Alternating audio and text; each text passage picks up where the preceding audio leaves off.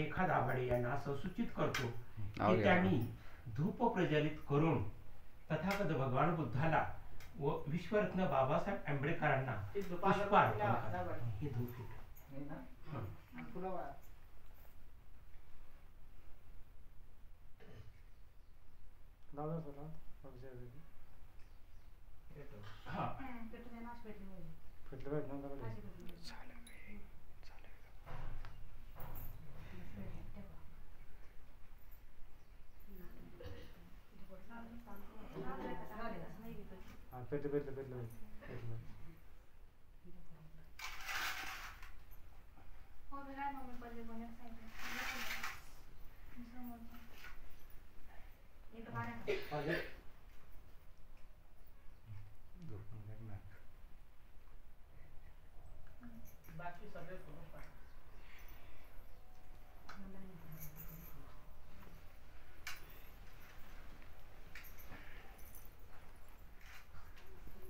तर याप्रमाणे आपण तथागत भगवान बुद्धाला व परमपूज्य विश्वरत्न भारतरत्न डॉक्टर बाबासाहेब आंबेडकरांना दीप व पुष्पाने त्यांचे पूजन केलेलं आहे।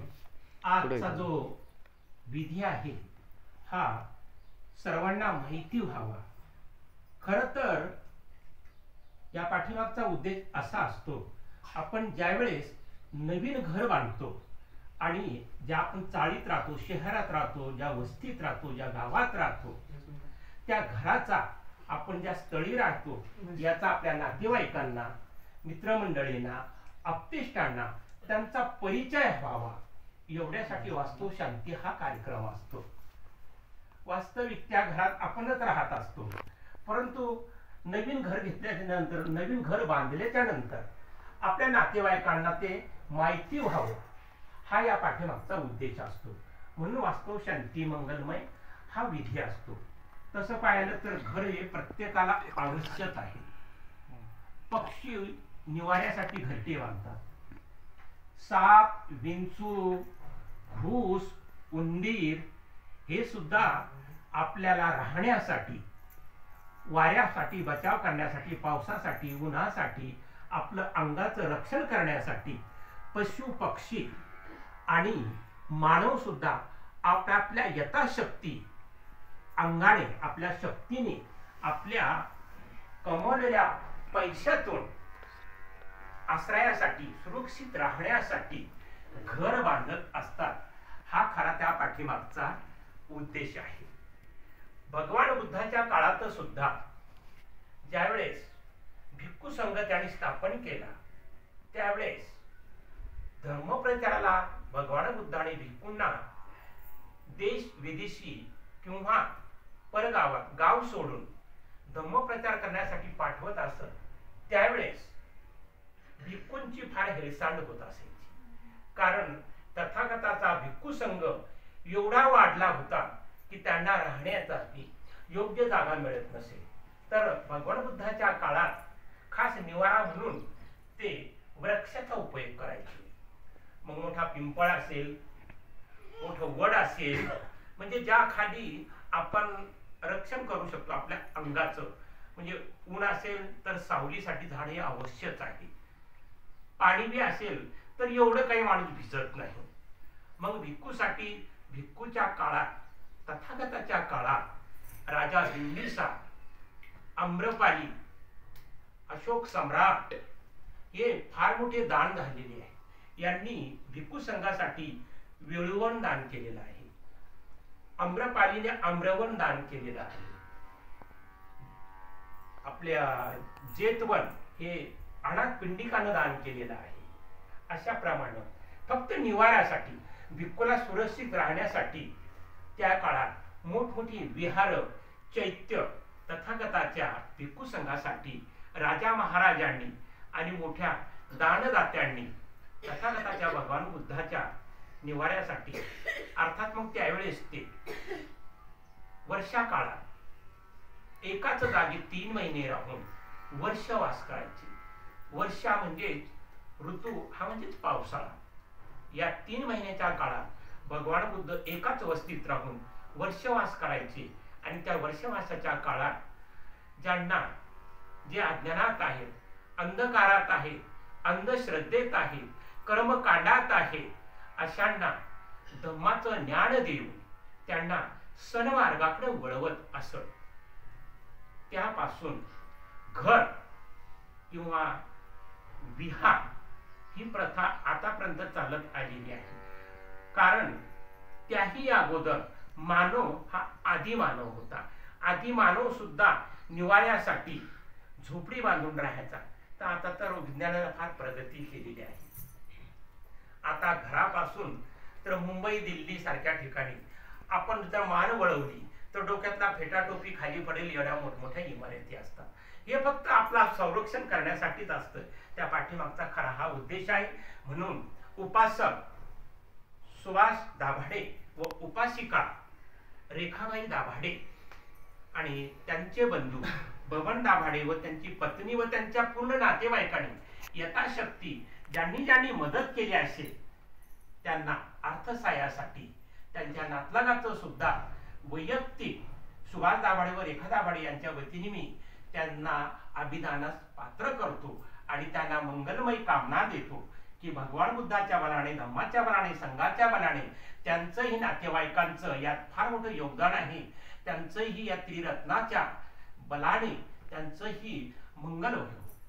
तर असा या नवीन वास्तुशांतीचा खरा उद्देश आहे की या नवीन घराचा नातेवाईकांना सुपरिचित व्हावा, हाच उद्देश आहे. तर आता आपण सांघिक त्रिशरण पंचशील ग्रहण करू आणि या मंगलमय विधीचा समारोप करूया. तरी सर्वांनी आहे त्याच ठिकाणी हात जोडून स्तब्ध बसायचे.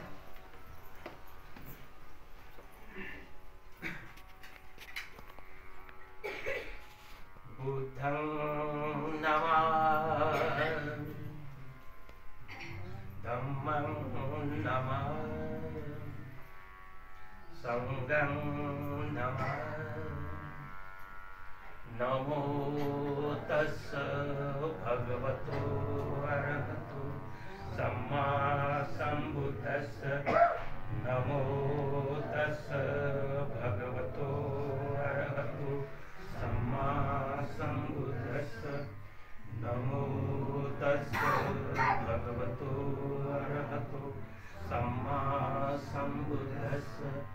बुद्धं शरणं गच्छामि, धम्मं शरणं गच्छामि, संघं शरणं गच्छामि.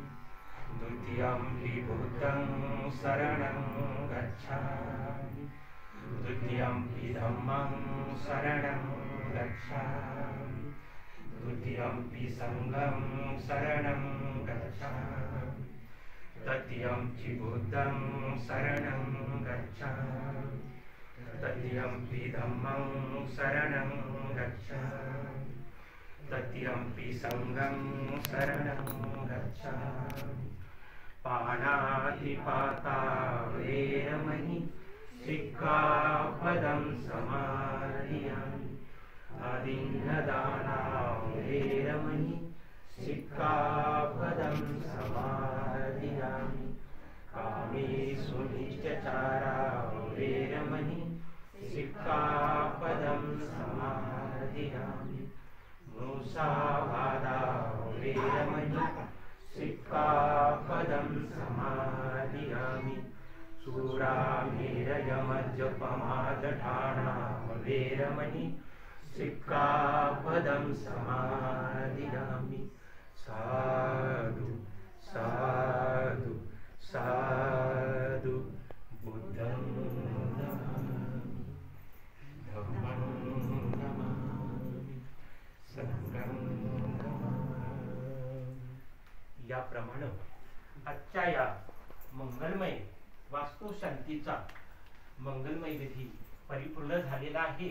आता सर्व उपासक आणि उपासिकांना असे मी सूचित करतो की आपण तथागत भगवान बुद्ध व विश्वरत्न बोधिसत्व परमपूज्य डॉक्टर बाबासाहेब आंबेडकर यांना पुष्पार्पण करायचं आहे. सर्वांना बोलतो का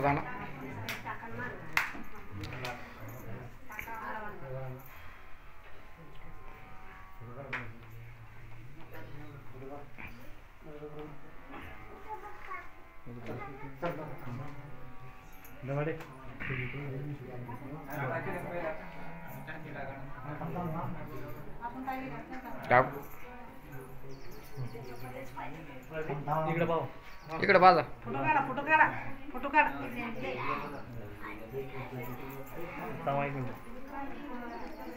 ते फोटो काढा माझ्याकडे इकडे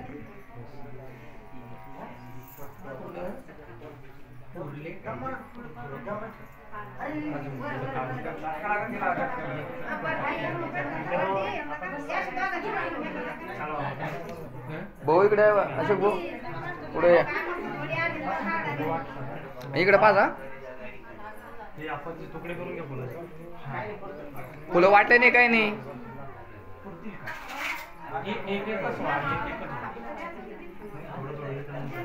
बाय तुम्ही दोघ जण आहे का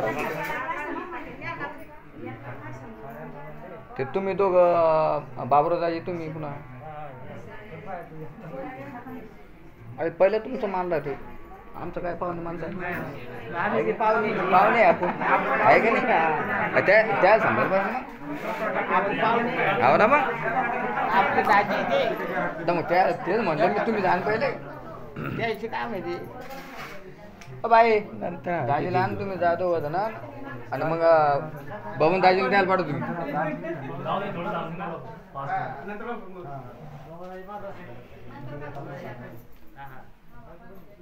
अरे हे संदेश बाहेर घेऊन या ना जा दाजी तुम्ही फुल टाका येतोय मी जातो सोबत दाजीच गाडी नेली आपला डेअरिंग शेअर आहे ना काय सर मोठे बा तुम्ही जोडून टाका जा ना जोडीनं मजा वाटते मला बी माहिती ना म्हणलं जोडीन जा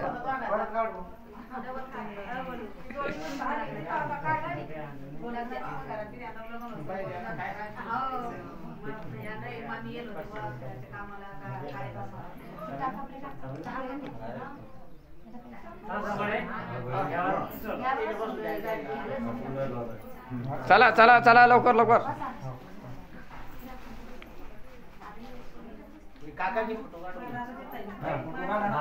फोटो काढून घे बरं का फोटो काढून घे त्याच काढा युवायची माझ्याकडे व्हिडिओ आहे तिने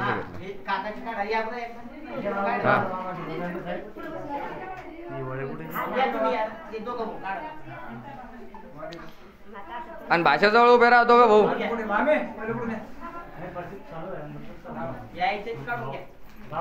परमेश्वराचा ऐकता काहीतरी दोघं भाऊ दोन भाषे उभे राहा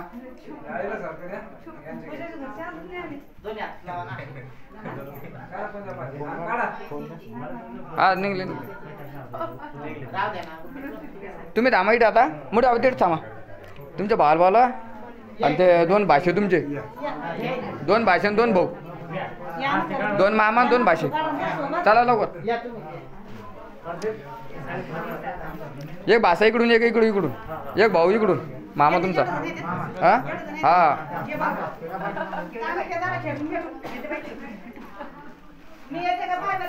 हो लायनाबाई नानाबाई कुठे हो मग नानाबाई राहील ना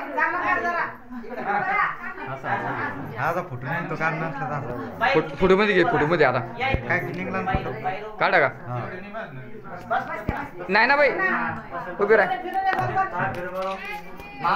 सरक बाजू सरक